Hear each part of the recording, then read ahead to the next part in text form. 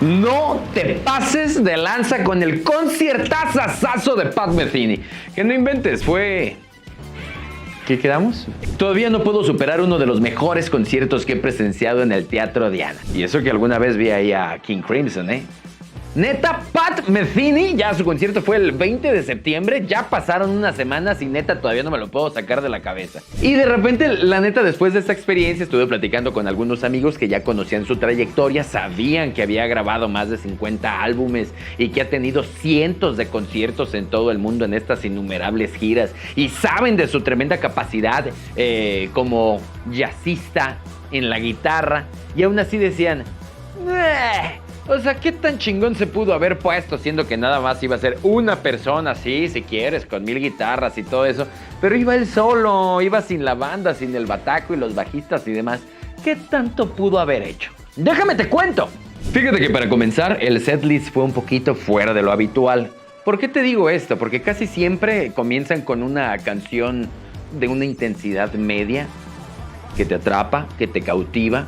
Después de eso van con la canción más tenue que tienen en el repertorio, usualmente todas estas bandas, y van creciendo hasta que llegan justo antes del encore, sueltan un rolonón que deja a todos bien prendidos para que estén coreando el nombre de la banda y así regresen al escenario, y luego bajan un poquito la intensidad y el resto de las rolas suben ya hasta la cúspide de esta intensidad musical que pueden presentar en este set cada una de las bandas. Pat Metheny todo eso se lo pasó... Nada de eso le importó a Pat Metheny y dijo, ¿sabes qué? Voy a hacer mi propia estructura en un setlist. Entonces empieza también con algo de intensidad media, una guitarra aparentemente clásica, normal, que te atrapó en una pieza. Creo que duró como 10 minutos la primera rola y ya todos estábamos ahí con la quijada hasta el suelo de lo perro que toca. La técnica completamente limpiecita. Ese sonido, wow, que te entra directamente hasta los huesos. ¡Qué belleza! Y llegó el momento ahí en el que pensé, bueno, está preciosísimo y quizá vaya a ser así el resto del concierto. Y de repente, ¡pum! ¡Cabrón! Cambia de guitarra. De repente era una llamada guitarra barítona, que no sé si me estoy confundiendo con otra que decía que acomodaba las cuerdas de manera diferente. En alguna guitarra explicaba que las cuerdas de hasta abajo asemejaban el sonido de un violín, las de en medio las de una viola y las de hasta arriba de un contrabajo. La cosa es que no sé exactamente qué tipo de pedales estaba utilizando en ese momento para producir unos sonidos que te vuelan la cabeza. No sé si en mi vida vaya a volver a ver que una sola persona, un solo artista, esté en un teatro como el Diana y lo haga sonar como en esa rola él logró con una sola guitarra. Y no era como que estuviera tocando con una técnica normal. Parecía que le iba a destrozar. Estaba haciendo unos slidings endemoniados que dije, no inventes, se va a cortar los dedos con una cuerda y de repente le empezaba a hacer un tapping del demonio increíble con la otra mano que decía, güey, si no se truena la guitarra, se va a tronar una mano. Quizá esa pudo haber sido mi parte favorita del concierto, no lo sé porque después empezó a volver más cabrón. Empezó a cambiar de guitarras, como la famosísima Picasso. Un tanto difícil de describir, pero ahorita les conseguimos una imagen por acá. Nada más que locura. En el inter de todas estas canciones comenzó a contar un montón de historias desde sus inicios en la música, cómo él estaba destinado a ser trompetista, puesto que venía de una herencia de instrumentistas desde hace varias generaciones, que todos se dedicaban a este otro instrumento de aliento. ¿O es metal la trompeta?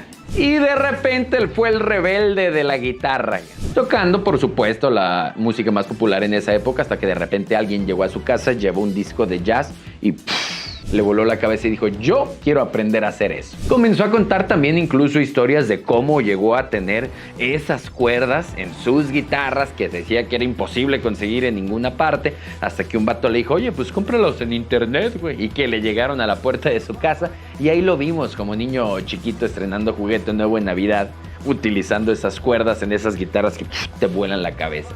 Me parece que no utilizó ninguna guitarra tradicional y si era así, la estaba utilizando con una afinación fuera de lo convencional. Y de repente, cuando parecía que nada iba a cambiar, llega en el momento en el que atrás de él se cae un telón y aparece un set de percusiones robotizadas. Pero No te estoy hablando de que nada más eran mecanizadas, ¿no? Que de repente aprietas un botón y van haciendo el mismo sonido en secuencia mecánicamente. No, realmente estaban programadas para hacer algo que te volaba la cabeza, ¿no? En la parte de atrás tenía una sección de algunas tarolas, unos platillos, tenía también en otro lado unas congas, por supuesto, tenía un bombo también, y además de esos otros dos instrumentos parecidos a un xilófono o un glockenspiel, algo por el estilo. Básicamente todas esas percusiones estaban programadas, así como si tuviera un backing track, pero que estaba siendo tocado en vivo. Ya estaba programado y controlaba el inicio o que se detuviera todo eso con algunos pedales.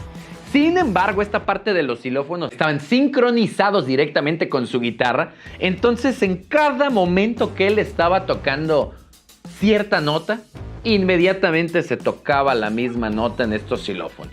Y ya de repente, así como un viaje psicodélico que te tiene en la cúspide y te está reventando, te está explotando todo el trip, de repente de una manera sutil y amable nos fue llevando de regreso a poner los pies en la tierra con algunas otras canciones más tranquilas.